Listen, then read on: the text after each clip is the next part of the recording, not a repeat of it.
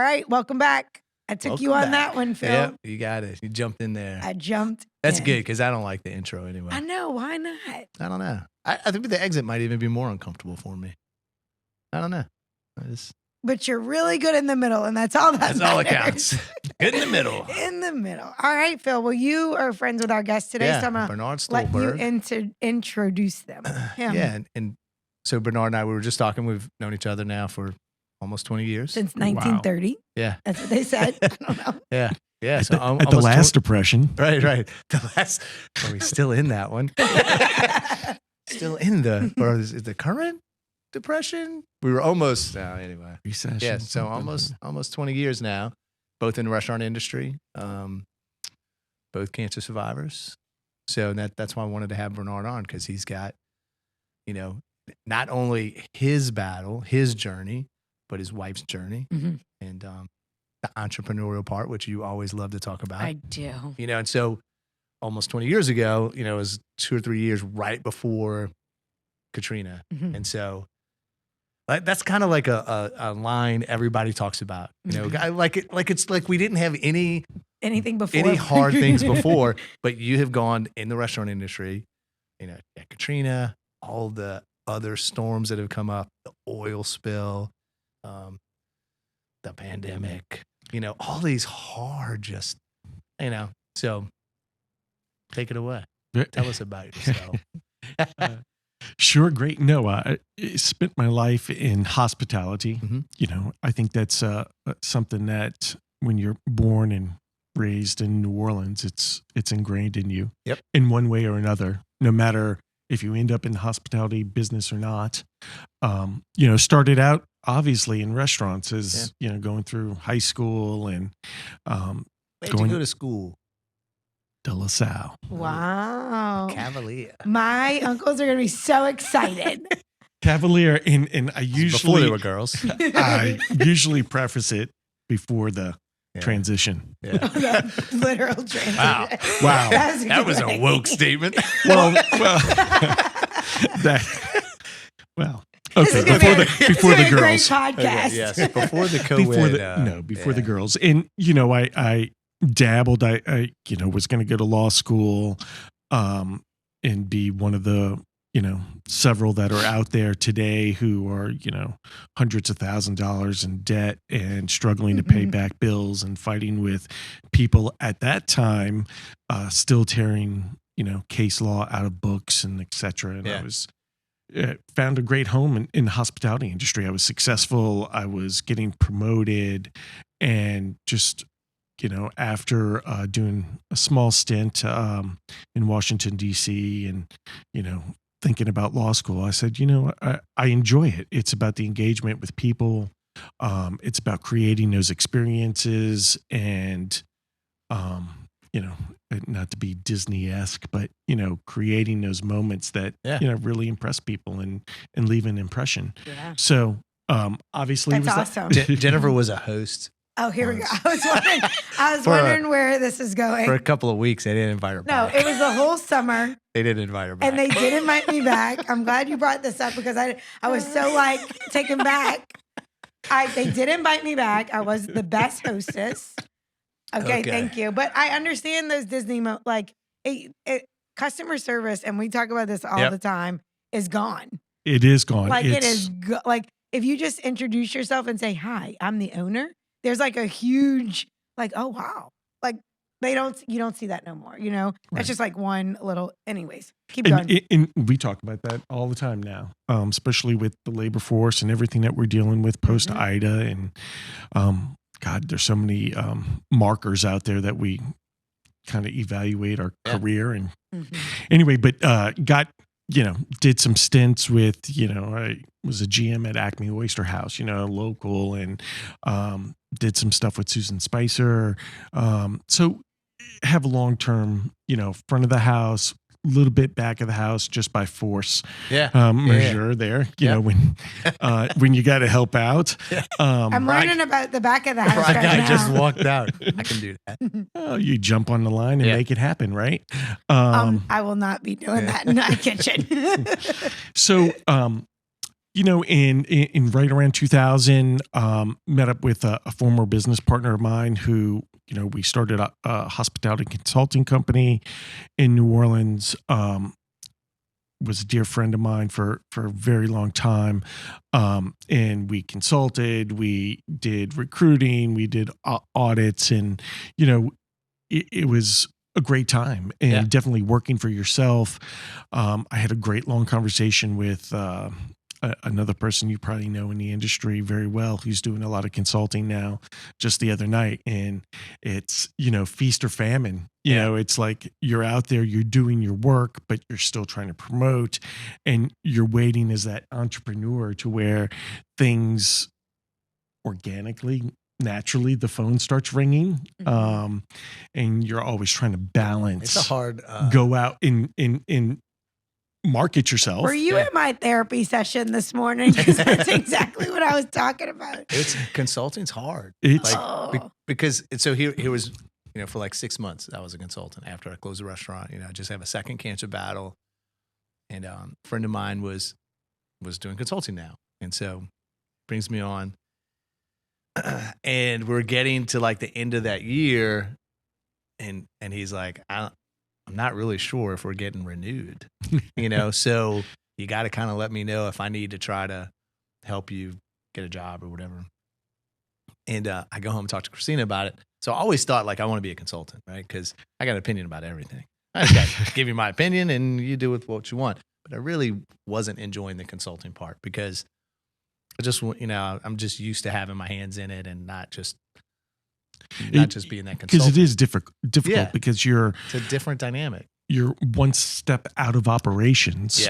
And you're trying to change the operation and the culture, and that's why they called you in the first place.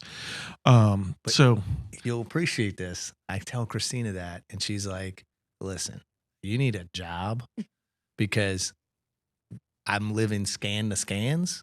I'm not living contract to contract. Right. Ooh. It hit home, and I was like, I went back in the next day and I was like, dude, I think we need to talk about, and so I was working for New Orleans Fish House, and they just brought me on board full time, but she's like, I'm not dealing with this. It makes an impression real quick. Yeah. And I've had a couple of those moments where, your 2-year cycle client all of a sudden calls you with very little notice. And I was going out to Richmond, Virginia, almost like every other week. And all of a sudden he was like, I think I'm going to cut back. And I said, well, what does that mean?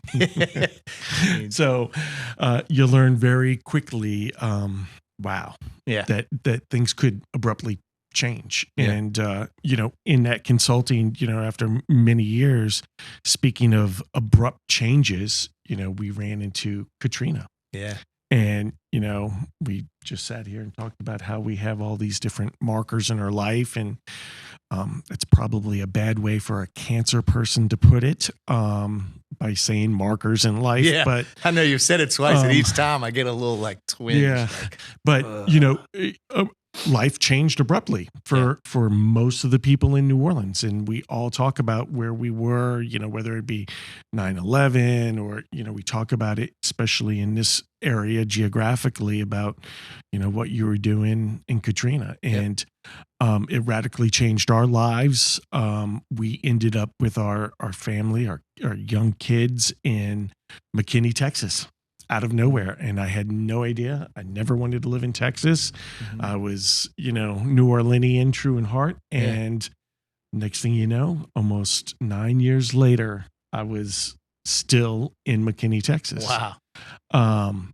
But, interesting enough from the business side of things, it still continued. We still had a huge client we were working with in those days. Walk-Ons only had, one location in Baton Rouge. Yeah. And the Katrina effect was definitely hitting it. So we were consulting with them and putting in systems and processes and the foundation to make them grow. So I kept that transition going back and forth from New Orleans to McKinney. And then very interestingly enough, my business partner at that time was going through a lot of checks as well. And all of a sudden, the call came for him where one of the clients said, "Hey, I want you to come on full time." Yeah. And oddly enough, he left and went full time for that hospitality company and grew it significantly. And kind of ironically, a few years later, about 2012, I was consulting with a smaller company here, and they kind of did the same thing. Yeah. And said, "Hey, why don't you come on full time?" So obviously talking with the wife, and we had young kids, about transitioning back. Yeah. She had wanted to come back to New Orleans. We were all in. We wanted our kids to go to high school here. Everybody talks about how the culture is a lot different outside of New Orleans. Yeah. There's only one Mardi Gras, and Yeah. and learning how to live and grow up in New Orleans, and it's about a gumbo and how we're all like spice and add our own different unique blends to what we're doing. So we decided to come back, and it was about 2012 and 2013. As we're preparing to come back, that's when my wife Marlo was kind of I think I have a lump in my throat or something of that sort. And at that time, I'm going 1,000 miles an hour. I'm in town every other week, and we have young kids, and we're soccer mom this, and both working. Obviously, consultants don't really make that much, right? Right. So on a whim, kind of on a Friday, she said, I showed this to the neighbor. I'm gonna go get it looked at. And somebody was down the street at a local hospital and said, "Sure, come on in, let's take a look." And she made things happen because her husband was ironically running an imaging practice, and said, let's just get it checked out. So, and almost kind of a fast track scenario. Next thing you know, it was non-Hodgkin's lymphoma, which, found a mass. We sat there. Actually, we both sat there crying in the closet, in the walk-in closet, just trying to take it all in. Yeah. And thank God I was home. We thought it was just a quick doctor's visit, and it was going to be nothing. Yeah. And still to this day, she tells me very clearly, "I know my body." It's a woman thing, Phil. And it is. You're clearly outnumbered this time. I am. And I don't touch that for anything now. So that began our cancer journey. And it was, especially being in a kind of a foreign city at that time, but we had access to pretty good health care. Yeah. We were considering Baylor Health System. We were considering local doctors, and, trying to, I think that's what everybody goes through when they get that. Let me ask you diagnosis. a question real quick, and I don't want to stop you, but I don't think we've ever asked this question. I think he's a very unique, you had a very unique story. How did you feel as the caregiver hearing that news? Because we've never had the caregiver on, as a caregiver or the supporter, I don't know what they call it. The support system. Your support system, you heard that news, and how did you feel? Well, everything races through your head not only are you saying, okay, you're trying to switch into the caregiver mode to where you're giving support, right, but you're also thinking about, okay, well, I kind of travel for a living, working. Because we've got two young kids. Thank goodness the school was right down. Mm-hmm. We had a pretty kind of a decent support system with our neighbors, but remember, all my family was here.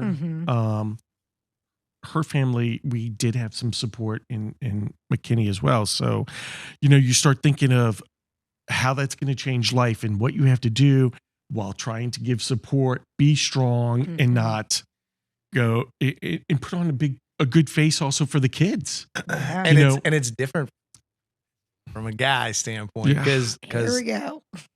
Because mom's the caregiver, and mom and is, not that we're not that we can't be, but I'm glad you just brought that up, built Phil. for that. Well, and that was the hard part of then saying, okay, we got to sit down with the kids. Yeah. Because mom is mom. Yep. And she was, and look, I wouldn't have been able to do it without her. And, she's strong. Yeah.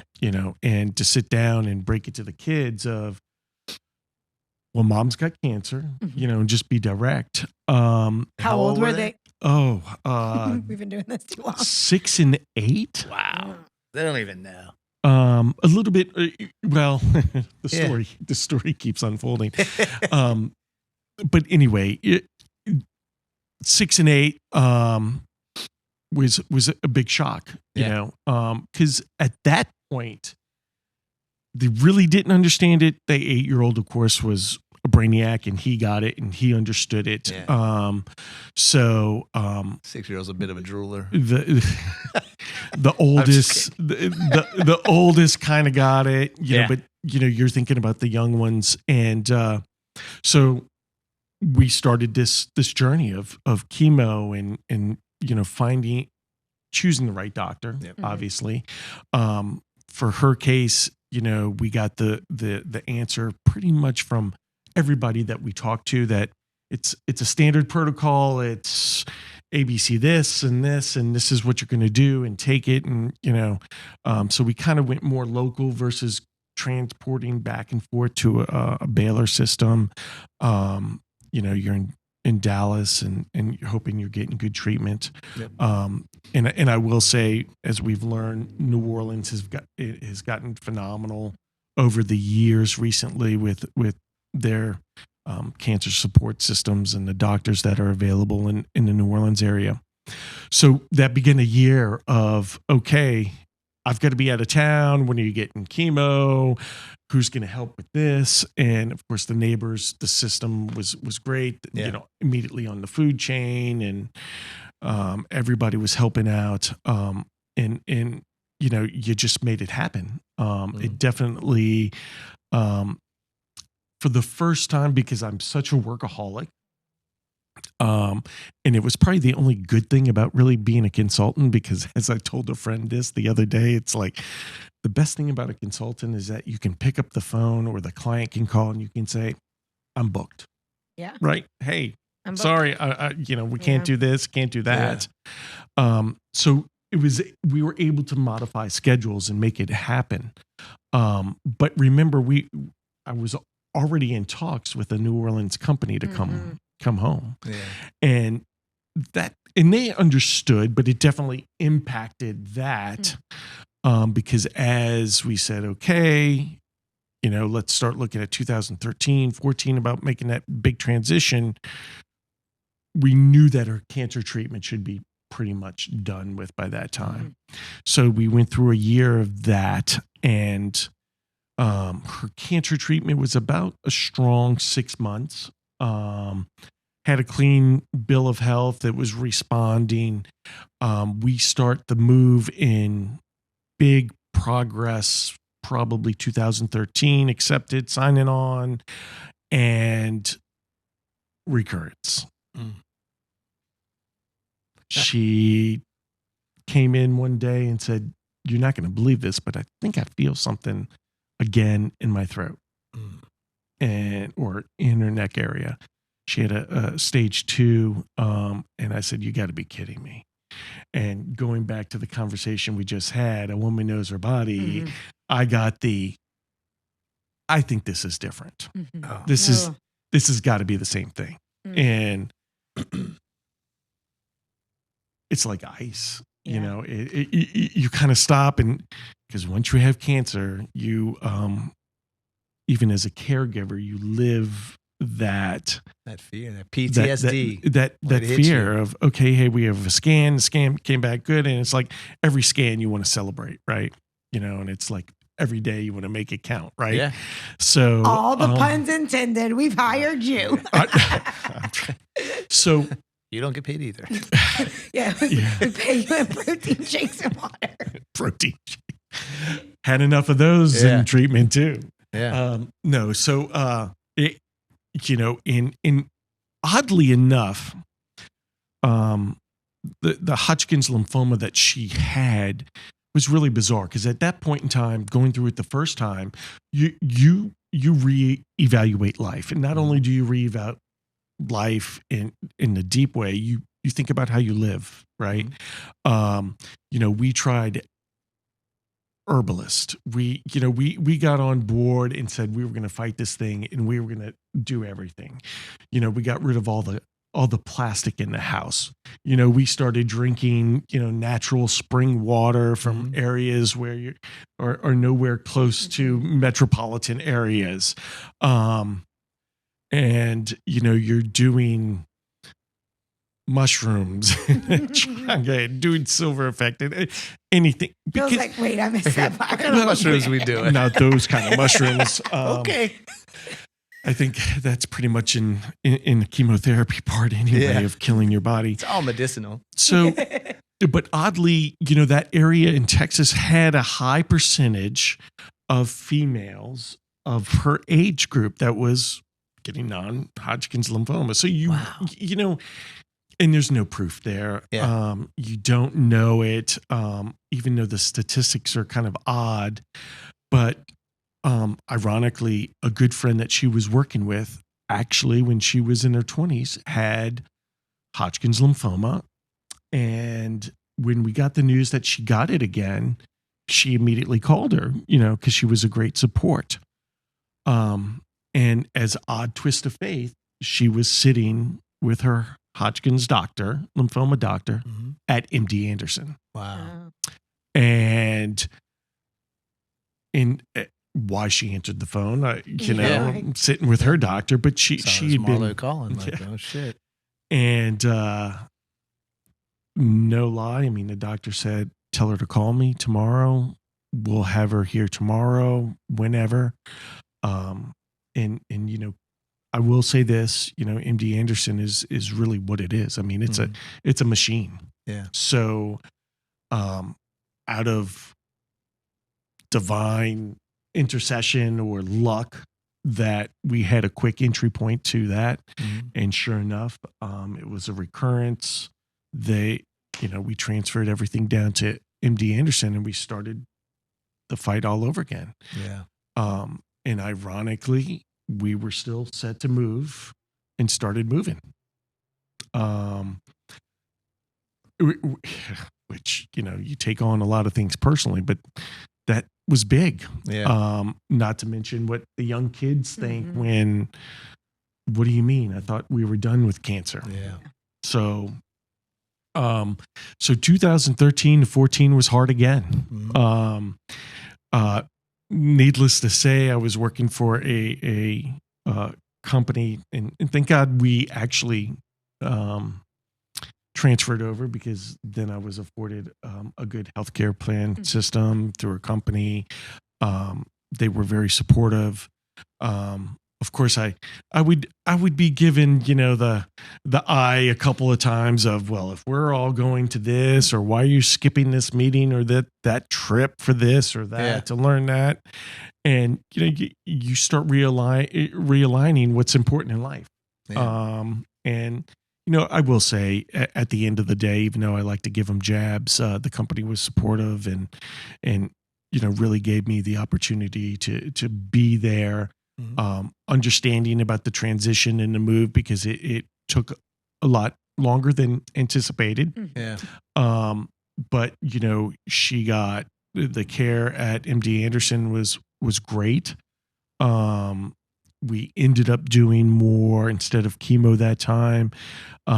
We had so many different options, and might try not to get technical fast, but she had just come off of chemo. So they, do you do stem cell replacement, which is a very hard decision to make at that point. You're talking to doctors. We had doctors fighting for the case at MD Anderson. Yeah. We ended up going with a specialist in radiology that was, target lasers and to the millisecond to try to eradicate it. Because there was some hope that whether it was recurrent was it undertreated? But I think they finally said, we're fairly confident that it was recurrent. But got it knocked out. And that's a different journey from the chemotherapy, but it's hard and it still changes your life. We were driving over and flying to get the radiation and then going back to New Orleans and eventually made the move. But at the same time, 2013 was quite a year because in 2014, we basically took the company I was working for then, building basically the foundation to go from, what do we do? From 16 million to 70 million in 4 years. What is $1 million? Please tell me. But That's awesome. I know Phil with his hospitality world can certainly relate. That is a journey, and that is no easy task. From a company that had very little infrastructure or corporate structure at that point in time, or a foundation built, and to go through that kind of growth and launch that many brands and that many different acquisitions. Some people say it really impacted my life because my wife will then say, after I left that company in, basically right around 2016, as I was transitioning and started building a new company with my old business partner again, my son had just graduated from high school, and it was celebration of life there and everybody happy. So we planned a big trip. We went to Europe for a week and a half, almost 2 weeks. Something that we've never done as a family. We've never gone to Europe. We've never done any of these big, great trips. And, I came back and, I was beat. I was tired. And we were all like, all right, I was just transitioning out of working for this company where, we're working 15 hours a day. I would come home and I'd sit on the couch at 5 o'clock, which I never do. I'm a go person, very high. Well, I used to be high stress and intense. And, I started falling asleep, and my wife wouldn't wake me up till like the next day. Like, are you okay? And I was like, just tired. Well, literally 2-3 months later, I started getting a cough, and I'm like, wow, this is really bizarre. And then finally, my wife, going through everything that we've gone to. Such a great woman. I want to meet this lady. I think me and her would be best buds. How many months did it go on? Do what? How many months did it go on? It went on for about 3 months.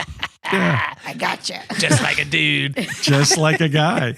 And she said, you're going to the doctor. I said, well, all right, I'll go do it. So obviously, I went to the doctor, and, he took me in, and, we were just talking about it. He goes, I'm just I'll put you on some antibiotics. Maybe just have something going on in your chest. And, I remember in some of these milestones, they're like so vivid. And as he's getting ready just to write the prescriptions, and I was getting ready to jump up, say, all right, thanks. He's writing down all the symptoms. He's like, okay, you have a cough. You've got some mucus, you're really tired, you've been sleeping. And he goes, I'm just going to send you for an x-ray. Just go get an x-ray, just to be on the safe side. And so he set it up for Friday. This was literally the next 2 days later. So I go in, and at that point, really didn't tell my wife, oh, hey, I'm going to get an x-ray. Right. Typical guy thing to do. Well, I didn't want to bother, it's just a busy. guy. And I'm like going, It's just whatever. an x-ray. And there you go at, that wonderful time, 5 o'clock on a Friday night, your doctor calls. And he goes, well, got some news for you. I said, oh, okay. And he said, well, you definitely have a mass in your chest. Mm. And I said, what do you mean I have a mass in my chest? And needless to say, this is Friday, 5 o'clock. It's like, I said, See you okay. next week. I said, okay, wow. And he goes, I'm going to refer you out. Told me the size, this and that. And I said, wow, okay. So the wife comes home and I said, well, and it seems to be always like Friday, late afternoon. Yeah. We're almost sitting in the closet crying again. Yeah. And I said, you're not going to believe this. The doctor called and said, I have a mass.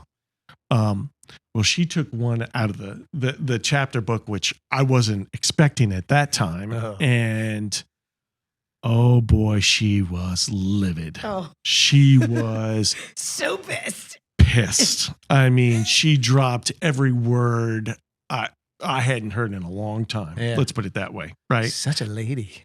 Well, it's, at this point, she had survived twice. Yeah. And now, Mother. now, Yeah. you got it? Yeah. What? What did we do? And the doctor said, 9 chances out of 10, it was probably some kind of lymphoma, which is odd. Yeah. She had lymphoma twice. Wow. So it began my journey of going around talking to doctors in New Orleans, calling MD Anderson, trying to work those contacts, obviously. And at that point in time, we weren't sure. We had a couple great meetings at Ochsner, and, everybody wants to do the biopsy and figure out what it is before they really tell you how to treat it. Yep. And, we kind of had another divine intervention because, I'm not going to mention any names, but the one funny thing was we met with a doctor, very reputable doctor. And, we kind of know the drill at this point. Yeah. And the doctor kind of turned to us and said, well, lymphoma is not contagious. And I said, we get that.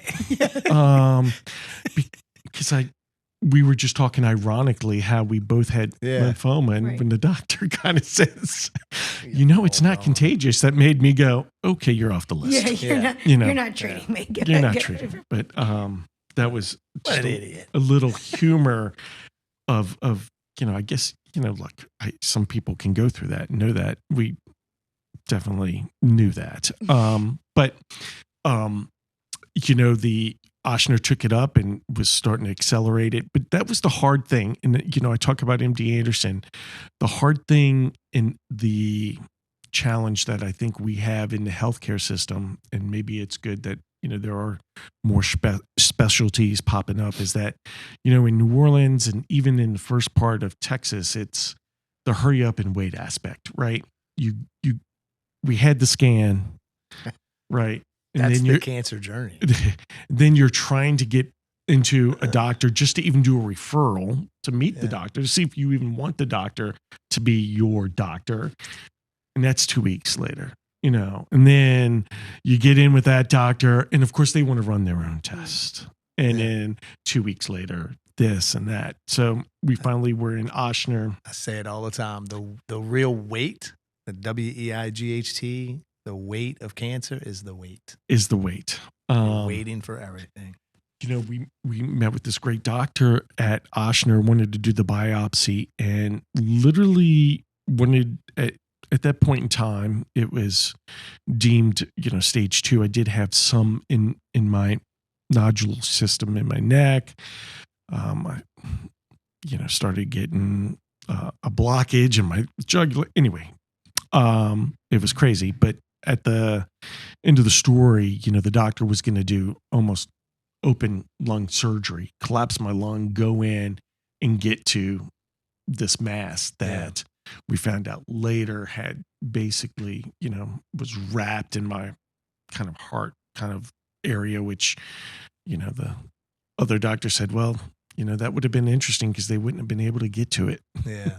So the night before I was to have that surgery, MD Anderson called and said, come on over, fly in tomorrow, whatever. And, I had a surgeon call me at 8:00 and said, you can't put this off now. I said, well, yes, I can. Yeah. I can put it off. And, the more doctors you want to talk to, is the best, etc. And I said, look, I have a chance. I can go over there, get a second opinion, make sure we're doing the right thing. And this doctor kept me on the phone, which I could never get a surgeon on the phone for 45 minutes saying, you have to do this. You can't waste time. And that was the first sense of urgency that I had really heard from the doctor. Trying to condense the story, I ended up going to MD Anderson, and, it was fast tracked. When you go into a specialty like that or have a hospital that this is all they do, I literally went, I didn't come back for a week because I was going from one doctor to one test to everything back to back to back to back. And basically when I left a week later, I, had really done almost my first chemotherapy. Yeah. My chemotherapy was inpatient for 5 days at a time in the hospital. I had a mediastinal large B-cell lymphoma with gray lymphoma, which was odd. So it was definitely it was Hodgkin, so it wasn't exactly the same thing Marlo had, my wife, but it was... So you didn't catch it from her? Didn't catch it from her. But, the gray lymphoma was very rare because that part did have elements of Hodgkin's and non-Hodgkin's and nodule and stuff like that. So it was weird because you think, well, we both lived in the same house. Was it the house? Was it the area? Was it geographical? Well, we'd already gotten rid of all the plastic and changed our life for 2 years doing all this all natural stuff. But then do you start worrying about your kids? And that was, I mean, at that time it was growing fast because by the time I started having, literally a week later, I could barely swallow. Wow. I was having problems with my jugular, as I kind of quickly mentioned. And it was, we got to tell the kids, and we thought they would be, out of it, just besides themselves. And, I got to say this, oddly enough, the two youngest ones, well, I said at that time, two youngest ones, but much older. One was now a freshman in college. We worried about how that was going to impact. The other one was knee deep in a long football career. And my youngest daughter was still in high school. And the younger two just looked at us and said, almost kind of like blew it off. We got this. Like they've been through it twice with mom, right? Yeah. Well, if mom can go through it because she's the warrior, then dad's got this. Oh, dad's got this. It's nothing. And if mom can do it, so can dad. So you can do it. And I think that was a saving grace to a certain point because they kind of said, you know what? All right, we've been down this road. We're strong. We can do this. Me, on the other hand, I was beside myself. And really took in some solitude from that because it was just, it's all different until somebody says, you got it. Yeah. And that was a pivotal time because the entrepreneurial struggle, we had just formed a new company.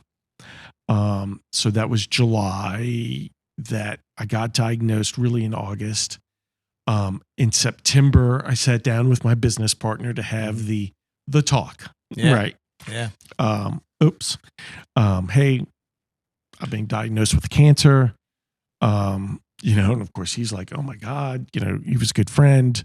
We just had this new company. We were starting to open up different restaurants and doing operations for other restaurants and also do some consulting as well. And he said, well, whatever you need, we'll get this. And then, oddly, that's I guess the word of the day. Literally a month later, he goes, hey, I need to talk to you. So I'm like, okay, sure. We sit down, and his breakup with the other company was, look, we all have our baggage in life, professionally or non, whatever. And he said, I think I'm gonna have to file bankruptcy. And I said, what do you mean? We have a company that we formed literally a year ago. There were some things from his previous investments and stuff like that, he couldn't get out of. And I said, are you serious? So we had, a restaurant that we were going to open in Baton Rouge. We had all this stuff. I said, well, what does that mean? He goes, well, I'm going to resign. And I just have to shut down a couple of restaurants. And he basically, then I was shutting down the restaurants. Yeah. Ouch. So yeah, he left the company, and then here I was running a company, in the hospital every other week, it felt like, but it was actually every 3 weeks. That chemotherapy, especially the first couple times, I had the one everybody talks about, which probably the worst thing you could ever experience in your life. That immediate reaction to that drug was just known to do it. But here you are trying to run a company that's almost falling apart. Yeah. Not to say liabilities mounting and shutting down a friend's restaurant and employees and your duty. And, it became I remember just sitting in the hospital and just, we kind of talked about some of those famous words before, just, fuck it. Fuck it. I mean, you can only do what you can do. Yep. Right. Yeah. What's important to you now. Yeah. Which, and look, one of the proudest moments of fighting through everything, because you go Katrina, cancer, COVID, Ida, inflation, all this stuff, the challenges that restaurants and hospitality world have had to overcome. And I really think the lessons I learned with my cancer, having to say, well, fuck it. There's only so much I can do. And that was so much wired differently than what I used to be. I mean, I was workaholic on top of it, and unfortunately, it's one of those life lessons you learn that family comes first, right? Yeah. And we all say it sometimes, you learn it a little too late after your kids are in high school and going to college, where you're like, oh, really didn't mean to miss that soccer game. Yeah. Or, gee, mom was really a champion when I was, out of town for business. Yeah. So one of them says, well, you weren't there for that. And I haven't gotten there yet. Oh, and by the way, you don't get those back. Yeah. Don't get those back. I'm very familiar. And my wife likes to remind me every day. So, but, that was just shattering. And I was learning to run a newer company, and we definitely had our challenges going on with that. I had people then that we had deals with challenging me. Well, how are you going to do this? Your partner's gone, and you've got cancer. And, I just said, fuck it. I'm going to do it somehow, some way. I learned how are you going to do this? Fuck it. Learn to delegate a lot more. Yeah. You learn new ways of management style of holding people accountable. Then, in the old school me, I would just be looking at the details and sometimes get too lost in the details. And I would have to say, okay, what is at the heart? What really matters? Yeah. I had to close one restaurant and Christmas was fast approaching, and I think I was in the middle of chemo, and I was like, you know what? This restaurant technically is in bankruptcy, but I'm not telling these people Now. Yeah. Because the investor had just told me he was out, and I was like, you know what? They're cash flowing. I'm gonna let it ride. And I said, fuck it again, right? Yeah. Because at that point, I probably would have never, when you're in the middle of cancer and dealing with stuff, I probably would have never thought of taking more on myself, and more responsibility. But, they were doing such a good job at the time. Hey, I'm not ruining their parade. Yeah. So I started making, slowly but surely looking at how I could restructure that and kind of assume more of the debt and get it out. Started working on the rest of the company, having meetings.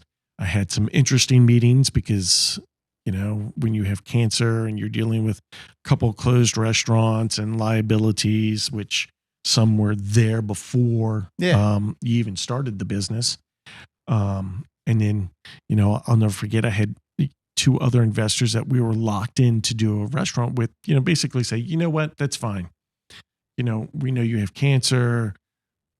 I want to buy this restaurant from you, and, we'll take the brand off and we'll do it. And, I sat down and had those hard conversations with your wife and like, okay, should we do this and just get out and just close up and just give it? And she was like, hell no, that's the only thing we got. Yeah. And then I remember having to tell the guys when I said, you know what, hey, we have a contract. I'm going to uphold the contract and we're going to open up that restaurant. And we can talk about partnership later and do all that later, but I'm gonna stand up to it. And they were livid. They couldn't figure it out. Why are you doing this? Why don't get out? It's like, I am going to do it. And we did it. I got it open, held up my part of the partnership on good terms. Everything was great. Sadly to say, I think one of the partners later ended up with a very similar cancer that I had, which, when cancer starts flowing around like that, it's all too close to home. Yep. So, but it makes you, especially when you're a business owner and attuned to things, it prepared me in the oddest way. I had my last cancer treatment in February Of this year? No. 2022? In 2020. Oh, okay. All right. So hello, COVID. Yeah. So I ring the bell and we go to the beach for a weekend with some dear friends of ours. And we all know it's March 2020. Yeah. And you're listening to the news. And at that point, New Orleans was, I don't know, pseudo isolated. I don't think, like we say about all good trends in New Orleans or happening stuff, it takes us 10 years to get there. Yeah. We're a little bit behind things, whether it be Cuisine, hot new tennis shoes. I think social media is probably helping with that now. But, sitting there when all of a sudden the president comes on and basically shuts down the country. Yeah. And, I'm like, wait, I just got through cancer. I took on all this extra liability in cancer with the business. Yeah. The business partner's gone. Your infrastructure had been, questioned and whatever. And you're looking at yourself. And I hate to say it, but it was like well, fuck it. Fuck I it. mean, Yeah. what are you going to do? Yeah. And it probably saved me from, before unfortunately, you think about all kinds of things like, I'm going down next and this isn't going to happen. And look, me in a lot of restaurants really did close during COVID. Yeah. I mean, it's a fact. And we lost 20% of our workforce, still trying to fight to get it back. But, I literally sat there as, an entrepreneur and wasn't in town when then John Bell Edwards said, we're shutting down the state.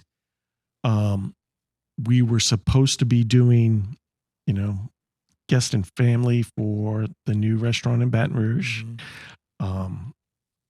We were supposed to open the day the state shut down, quickly shut that down real quick. And, it became survival mode, and you had to call and shut down restaurants. And at that point I was like, well, liability and everything. I was like, I just picked up the phone and said, let everybody go. Yeah. I mean, let everybody go. We're shut down. I am proud to say that we kept on every manager during COVID. And it was odd because I shifted straight to, okay, forget about paying rent, forget about paying anything and everything. I need to keep all the managers on and the general managers and director. And what do I have to do just to get them a paycheck? Yeah. I wasn't worried about paying insurance. I wasn't insurance as in building insurance. Yeah. I wasn't worried about paying the rent. I wasn't worried about paying the electrical bill. I wasn't worried about anything other than making enough money for those employees and paying, whatever you have to do for your COGS or your food cost and all that stuff. So, and we made it happen. I was like, we got to do something.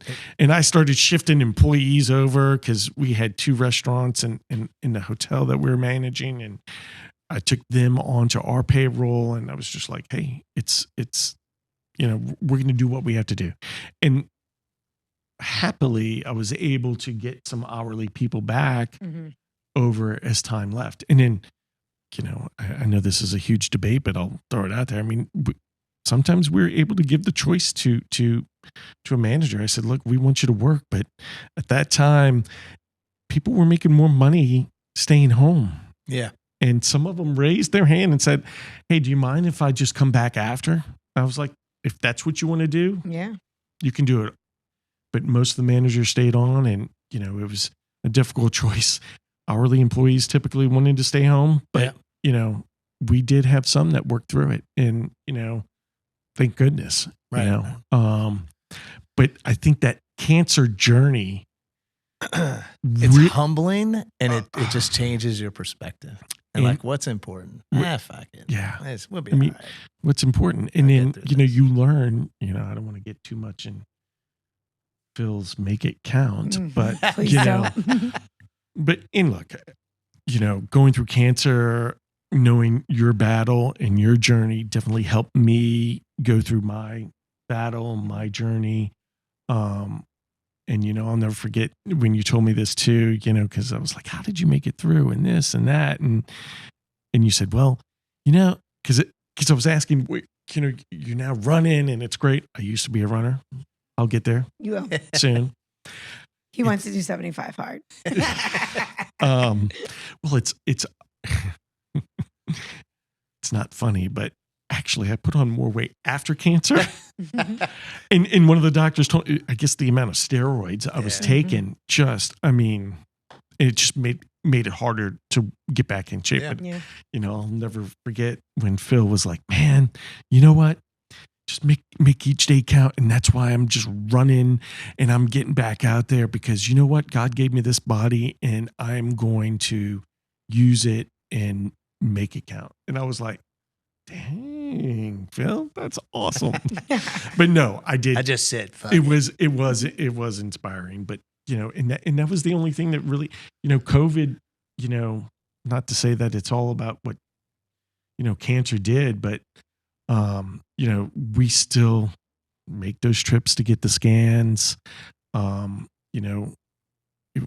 little thing, we had, my wife was talking to me the other day and, something's not right about this. And, it's like, okay, within reason, let's, explore it. Yeah. Yep.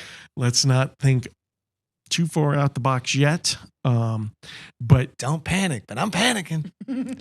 But, that those two, going cancer to having your wife go through cancer twice, it changed my life and my approach to life and really what was important. Then when you get it, and the wife's cancer probably taught me more personal. Mm-hmm. Mm-hmm.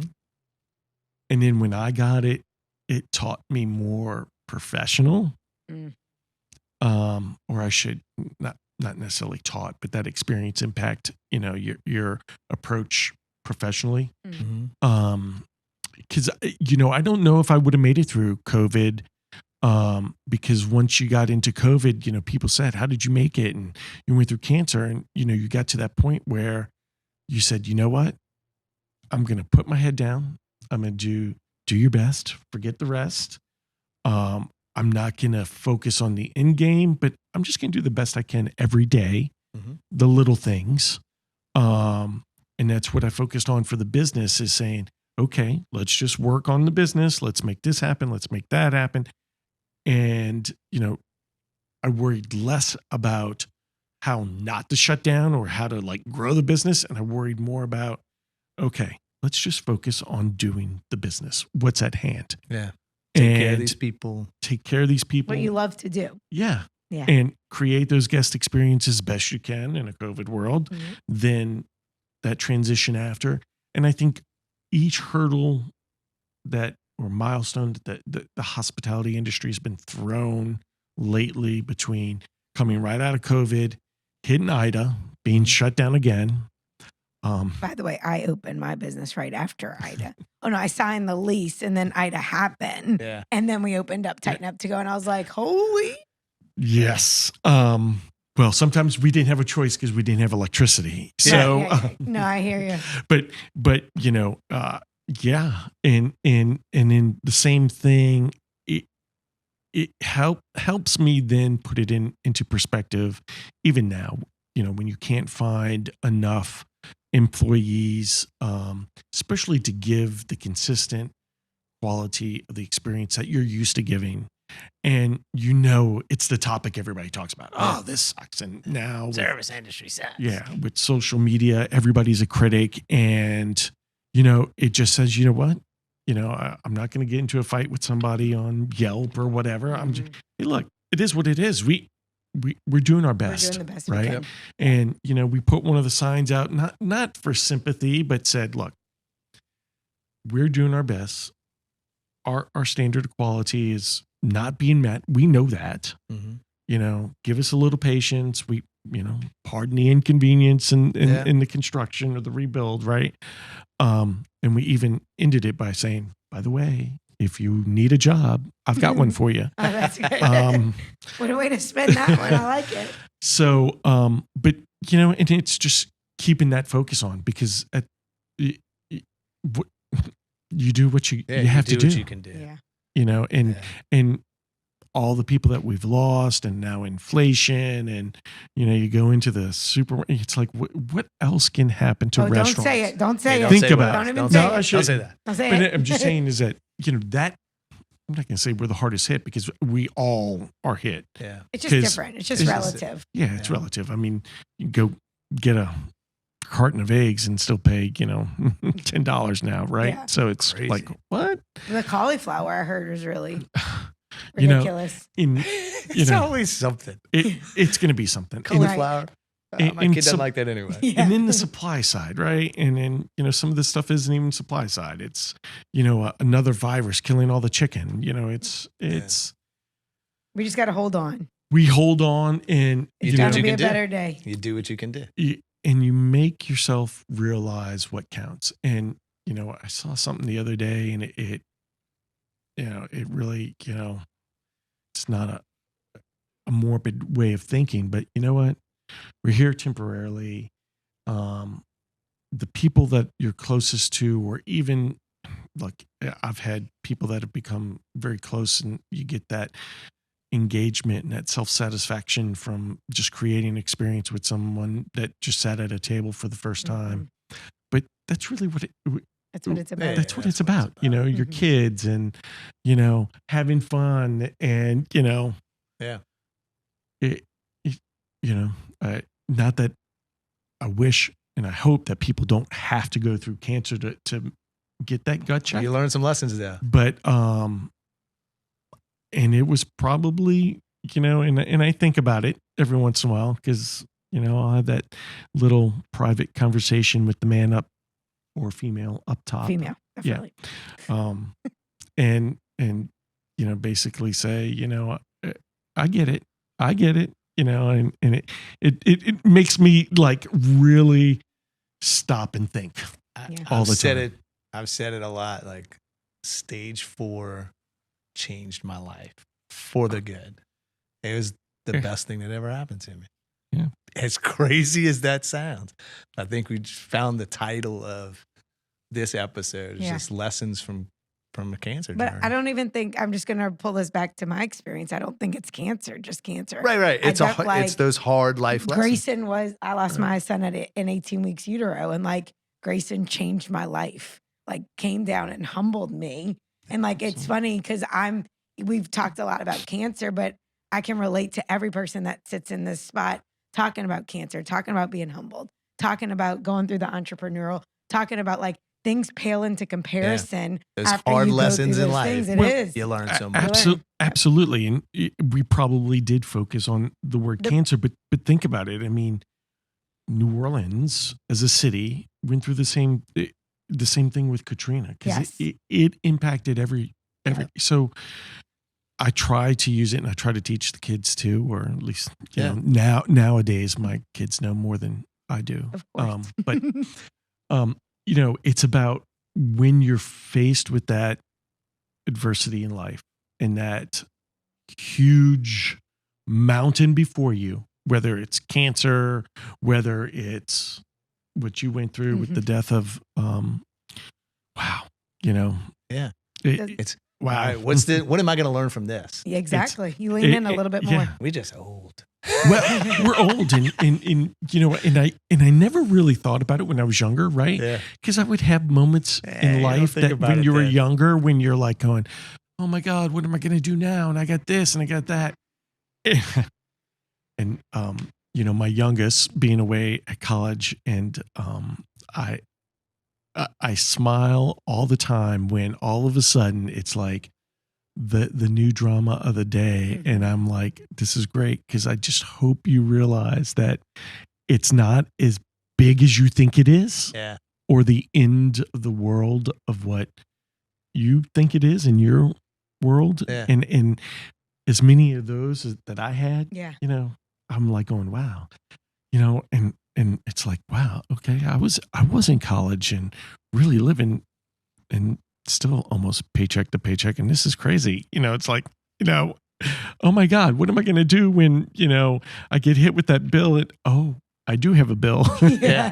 But it's, how you take those adversities and put them in the right perspective and learn from them. And, and I try to share with people, and I just know it's probably helped me from the hospitality side, because I've always been about creating those experiences where, it's helped me definitely on the fun side of hospitality, where sometimes other people aren't as nice as you, and, a guest kind of goes off in your face, or you're like just trying to resolve it. And it's like, okay. I used to always say, it's burgers and beer, man. Come on. And sometimes I have to do that with employees. I'm like, I tell them that too. Burgers and beer. I know. What do you want me to do? I can't, But that's, wow. Awesome. I love conversations like this because sometimes, it just helps you ingrain all the lessons. all the lessons over. And it also, over as you again. explain your story, you realize just how strong you really are. Yeah. And how strong your support is and your support system and those people, I'm sure you look at Marlo sometimes and you're like, she's a badass. Yeah. And she probably looks at you like, man flu. That's exactly what she does. You only had it once. That does come up. I guarantee we try not to joke about that or throw that out there because in this, you only had it once. Sit down. Shut it. Do the dishes. Well, let's wrap it up. That's Yeah. I think that's the lessons of those hard times, man, are they're invaluable. Invaluable. Invaluable.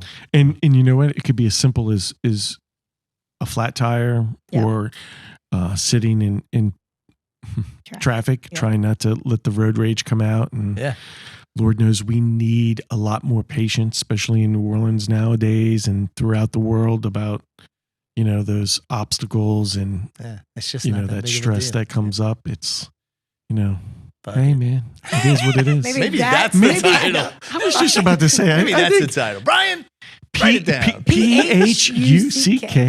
Fuck it. Fuck it. All right, guys. Thank you. It was a pleasure to have you. Awesome. Thank and you. I hope you come back and let's go ahead and go out and make it count.